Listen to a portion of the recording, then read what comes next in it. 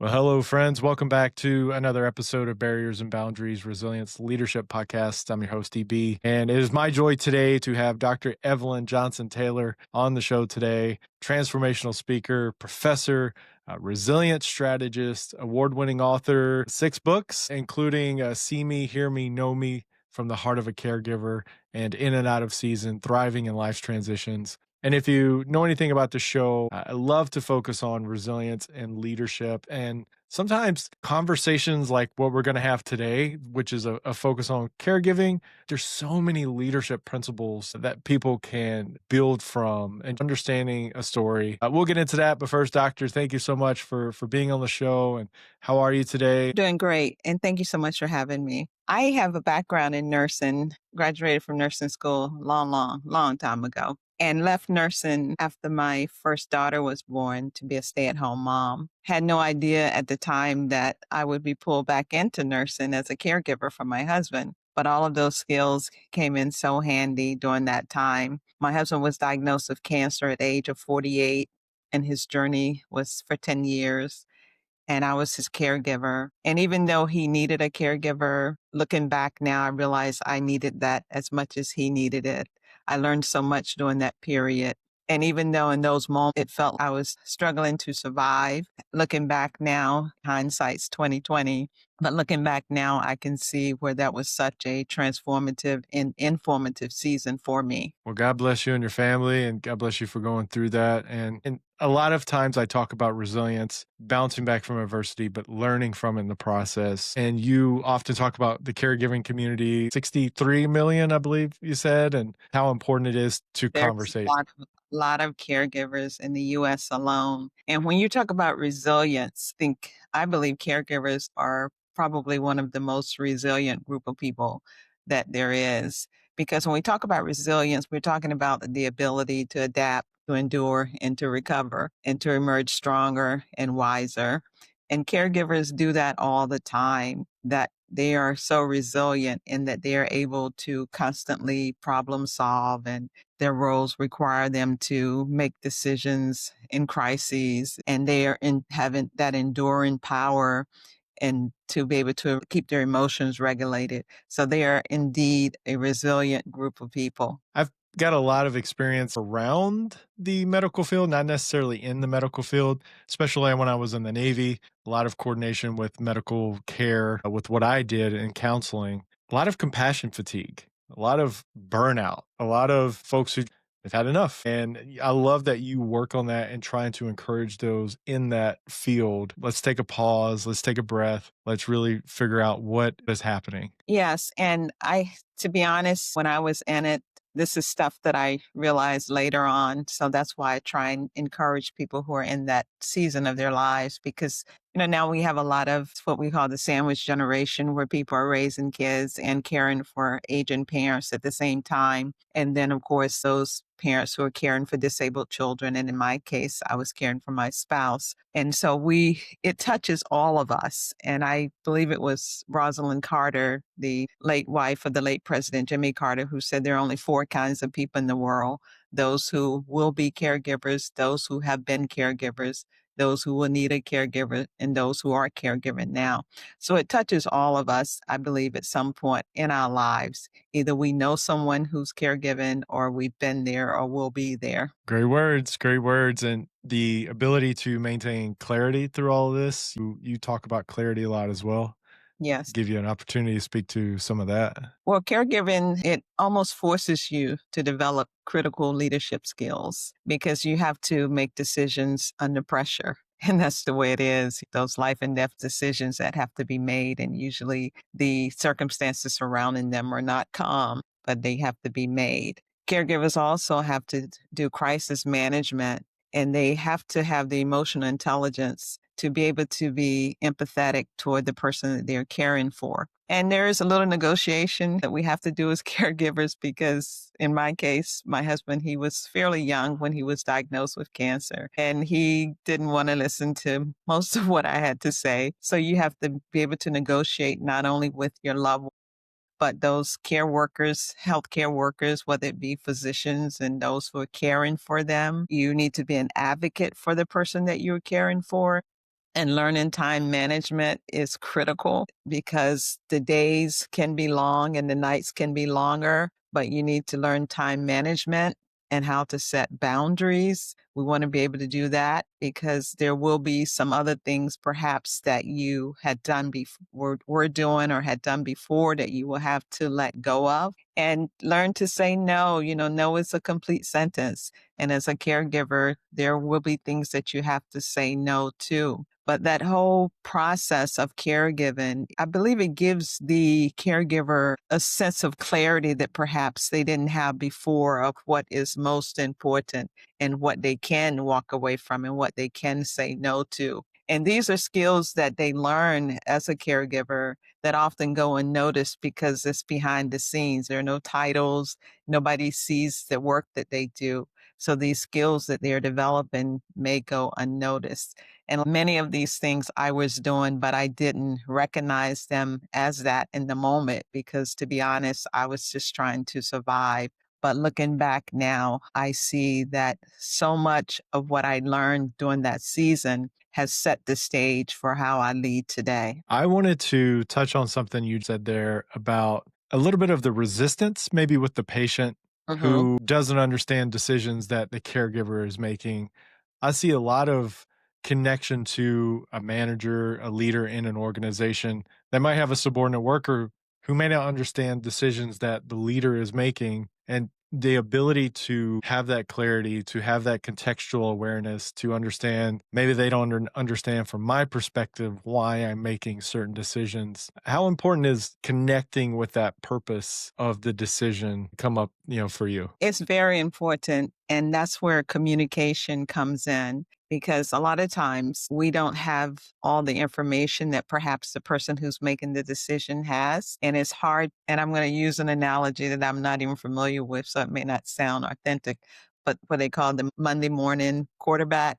And that you can always give advice on the back end or afterwards. But if you don't have the information that's needed to make a decision in that moment. So that's where I believe communication is key. So even in the workplace or in caregiving, to be able to communicate with the person that you're taking care of is very important. And in some cases, that you may not be able to do that because sometimes you may be caring for someone who doesn't have the ability to understand. But I believe that people do know when you care for them, that you care about them, even though they may not be able to understand what you're saying or trying to negotiate, but they can sense that there was someone who cares about them. And you talk about that communication with compassion, Yes. especially under stress.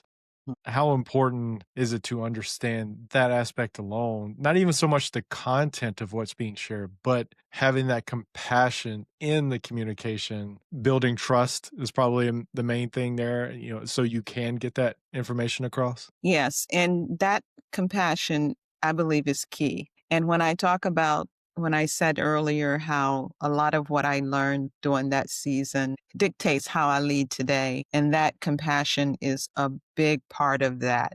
Because when you've been a caregiver for someone and seen someone perhaps at their lowest and learning how to communicate with them and to be there for them, it gives you a whole different level of compassion for people. So when you start to serve people, even in the workplace or in community or however, then it gives you a new level of compassion and to understand where people are.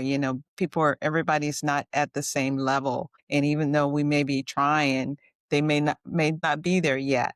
So compassion, I believe, is very important. I totally agree with you there as well, especially in a sense, let's say we're talking about a business not into caregiving. When things get chaotic, you want that clarity. Yes, and that is a part of life for all of us. Nothing stays the same. We change, seasons change, life changes, and we have to be able to move along with that. But what I would encourage anyone to do is not not to be in such a hurry to rush through any process that you might be in because there's something to be learned in that process. And even in that process, what you learn will help you in the next process. So when it is time to change, that you've gathered something in the former season that will help you in the next season. And I know a lot of times, especially for caregivers, what they do, it goes unnoticed. And many times because there's no title, there's no one saying you're being promoted, because caregiving is certainly not something that anyone signs up for. You get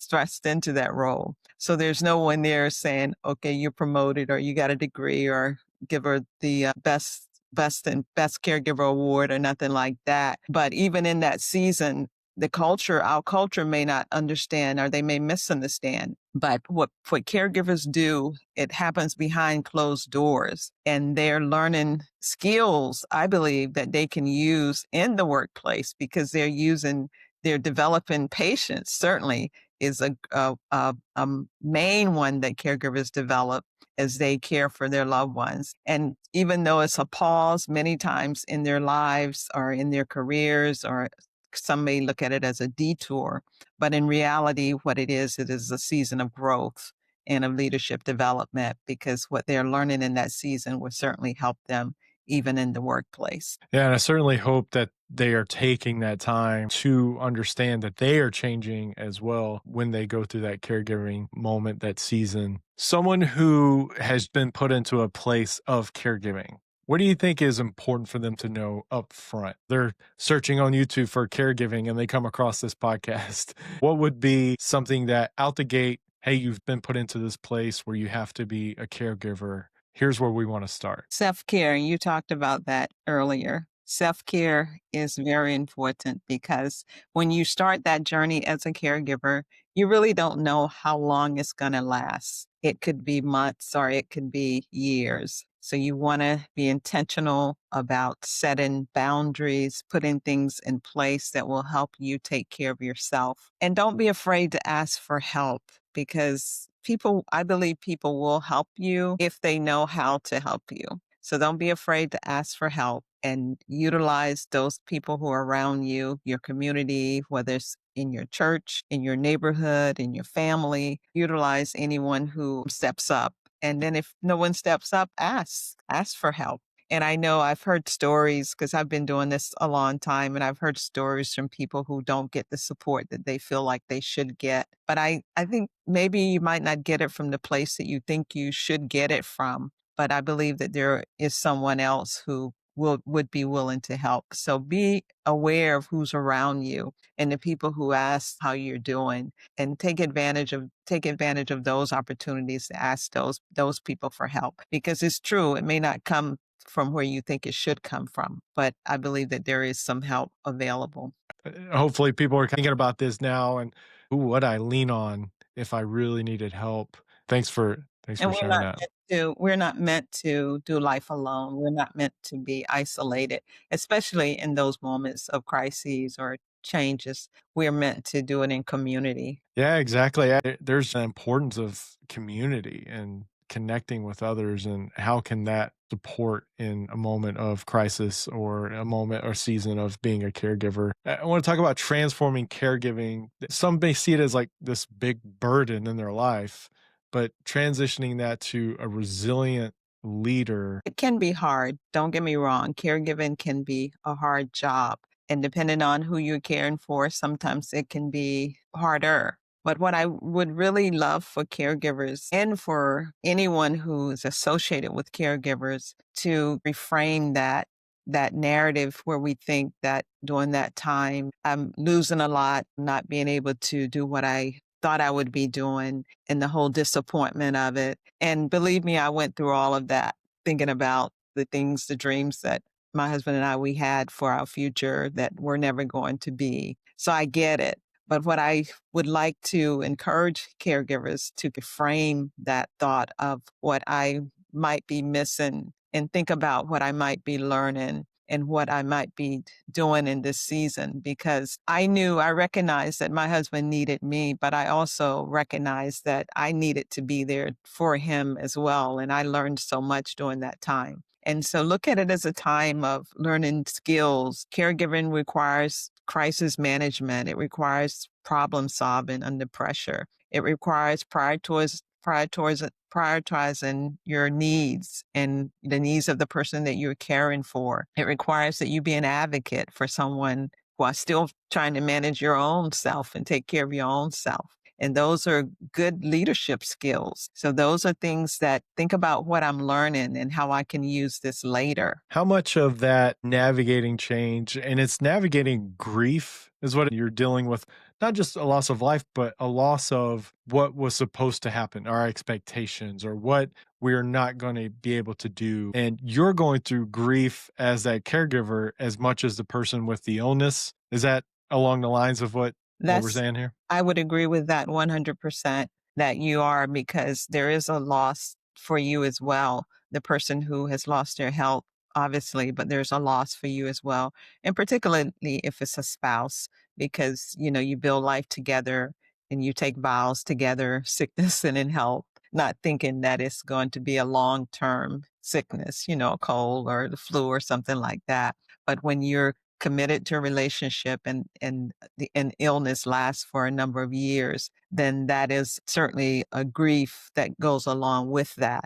But even in that, there's moments of joy as well. And I like to tell people, because I was a caregiver for my husband for 10 years. And in that 10 years, it seemed like a long time. Now, looking back, obviously, he's no longer here, he's in heaven. But looking back now, I recognize that 10 years wasn't a long time. It was a long time, but it wasn't all of my time. It was just a part of my story. It wasn't my whole story. And I would like the analogy that if someone told me I only had 10 years to live, but I think it was a long time. Wow, that's a great question. Oh my goodness. I would definitely have to process that one for a while. See me, hear me, know me from the heart of a caregiver. Can you share more about the insights from your journey? That was a book that my husband, he co-authored with me. And I'm so happy we did that. People had said to me for years, you should write a book for caregivers. And I thought, no, I'm not really wanting to do that. But I'm so glad that I did, because I have that now as part of his legacy. But we write about our journey and what we learned in the process. And toward the end of maybe like year number 8, we started speaking to caregiver support groups and sharing our story to encourage caregivers. And he would come along with me sometime and talk about his illness. And even though I would be the invited speaker, everybody would swarm around him afterwards to hear from him, because they wanted to know more about his story. But it was a special time for us to share our journey and how we were able to navigate some of those challenges and the role reversal and the disappointment that we had, things that we had planned that we knew we'd no longer be able to do, and what that looked like for us. And mainly to let them know that they were not alone, that there were other people dealing with some of the same things they were dealing with, and that they were not alone. And that was a special time for us and a special time for them. We got such good feedback from the caregivers that we spoke to, and they expressed how much they needed to know that. So that was a time for us. And that book, See Me, Hear Me, Know Me from the Heart of a Caregiver, is our journey. We wrote that book in year 9. So that's pretty That's much beautiful. That's beautiful. What a tribute, and encompasses everything for people to take their stories and to share them in a way that helps others and builds them up. And you get an opportunity to do that pretty regularly now, speaking and writing. I do. And caregiving, like I said, it touches all of us. So there's so many caregivers, and they really need to know that they are not alone, and that this is not a time that's being wasted, but there's value in that season. Caregiving for me, it refined my leadership, it strengthened my resolve, and helped me to be more compassionate for people. Soften my approach, I guess, is a way to say it. And I learned patience during that time. I learned humility. I learned how to lead without feeling like I was in control. And it deepened my compassion, and ultimately it deepened my faith in God as a result of that, and my ability to serve other people. All of that was strengthened during my years as a caregiver. The connection with being a business leader outside the context of being a caregiver, the importance of compassion as a leader, and understanding someone that works for you is not going to have the same perspective that you are as the leader. And I keep going back to that compassion piece because I think that's so important to take care of the other person. I often say on the show, healthy employees create healthy organizations, and it starts with that leader understanding what does it mean to be compassionate. Right. And also, You mentioned in the leadership role, leadership position in the workplace. One of the other things is it teaches how to lead without controlling control. It's that compassion and that empathy, putting yourself in another person's position and trying to understand where they're coming from. Because we all are coming at things from a different place to be more compassionate and trying to understand where the other person is coming from and to be able to communicate with clarity your position in a way that people can understand it. And that goes back to that compassion piece, I believe. If we can communicate with compassion, people want to know you care before they want to know how much you know. Great. That's a great touch on this conversation. And I want to afford an opportunity to hear what's going on with you recently and what you got coming up and how folks can connect with you. Well, I have a new book that was released some months ago, months back, my latest book, In and Out of Season, Thriving in Life's Transitions. And this book is based on, I start off with my journey into widowhood and what that looked like for me and being able to navigate through that season. But it also covers other seasons and transitions that we go through, empty nesters, people changing jobs, a divorce, and of course, death of a spouse and caregiving and all those things, helping people navigate and being encouraged. I think that's my mission in life is to encourage people, to let them know that they're not alone. And even in the caregiving, sometimes we look at it as an interruption, but there's purpose in that. And so anything that we go through in life, there's purpose in it. It refines us, and everything that we carry into a new season that we've learned from the other past season will help us in the new season, whether it be patience, resilience, or wisdom that we gain. It will empower us to lead and do whatever it is we are called to do in that next chapter of our lives. So if you ask me what I'm passionate about helping people navigate challenging seasons of life and see that there's purpose in those seasons and things that they can learn that will help them as they move forward. How much of your conversations with people as you travel and you speak are they stuck in an old identity of themselves? They're stuck in an old phase and they're trying to break through to this new season. A lot of people are stuck. A lot of people are, to be honest with you, they are a lot of people stuck. And one of the things that I encourage people who feel they're stuck is to be present in that moment. Don't rush through because there's something to be learned there. Even in that, there's something to be learned. So don't rush through it, but embrace where you are in that moment and try and get some clarity. But then use what you've gained to be able to move forward. You don't want to stay there. And that's the challenge, I believe, because you need time. I don't believe we should rush through anything. We need time. We need to be able to come to an understanding of why we are where we are, how we got there. But then we also need to be able to move forward. So that is the challenge, to not stay too long, but to embrace where they are in that moment and then be open to what's ahead. Because I believe as long as there's breath in your body, there's something else that you're to do in the earth. So be open to whatever that is. And it may look different than what you've done before. It may look totally different, but there's still something else that's for you to do. So be open to whatever that might be. And I love that unlike businesses who have quarters and annual goals, who have the next project that they're working on, they can put things in a timeline. But caregiving, it requires you to maintain that openness Mhm. for what may be. And even in your own life transitions, even outside of caregiving, sometimes for a season. Yeah. And even sometimes people may feel like they're behind because they don't feel like they are where they should be. But instead of looking at it as I'm behind, look at it as I'm being formed. That even though it doesn't feel like progress, that I'm developing strength in this season. I'm developing wisdom. I'm developing patience and all of those things. And those things will matter later. I promise you, they will matter later. So give yourself the grace that you need and to recognize that even in that hard time, that there's meaning there. And it's a time that's shaping you. And it's not wasted time because everything that you learn is something that you can use later on. Well, you had me at give yourself grace. Yeah. Give yourself It's grace. Yeah. such a beautiful Be word kind to and yourself. Be kind be to kind to and yourself. be gentle with Absolutely. yourself. So what's the best way for folks to follow you and stay up to date with you of what's going on? Well, my website is evelynjtaylor.org. That has a lot of information about me, who I am, what I do. I'm a Christian author and speaker. I do coaching and mentoring. I develop courses and other things that I do, and all of that's on my website.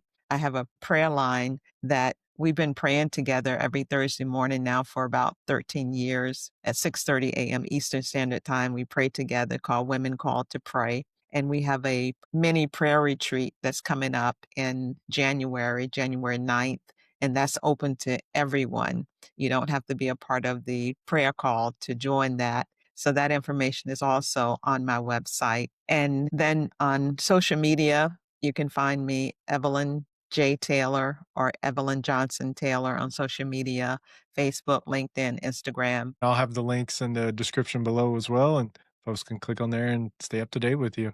Well, doctor, thank you so much for being on the show today. Any final words that you want to share before we close out? I would like to, well, first of all, thank you for the opportunity and to encourage caregivers that you're not meant to do life alone and that there are people who can help you and will be willing to help you. So don't be afraid to reach out. And remember, no is a complete sentence. If you feel overwhelmed that you can't take on a responsibility that somebody may be asking you to do while you're in the midst of caregiving, say no. And then remember the word yes. When someone asks, "Can I help you?" say yes. Wow, what a message! And hope folks are encouraged and equipped by what they hear and read from you. And I think it's very important to get that out because there are millions, really millions of people going through this season. How little help that they get, or how little of understanding and clarity that they have Yeah. because people have not written about the things that you have written about, to such great extent. And especially with your personal story with your husband, I can't imagine a greater tribute to living life together. Very special. I miss him a lot, but I do know where he is. He wouldn't wanna come back here. So I'm happy for him. Well, to be reunited one day, and Yes, look yes, forward to yes. that. For the hope that we hold. Thank you, doctor, and wish you well. And we'll stay up to date with you. Thank you so much. Bye-bye. All right, my friends, that was Dr. Evelyn Johnson Taylor, sharing the story about what her and her husband Scott went through and the lessons that they learned. That's what it means to be resilient, is going through adversity, learning from the process, and still hearing about stories of how Scott impacted so many people and how people want to bless her because of what Scott went through. But just her being able to capture all those lessons that she learned and being an encouragement to so many since then. What else is there to say about resilience than that? And just her story of how much impact she's still having, just learning from her own resilience. That's the encouragement to you.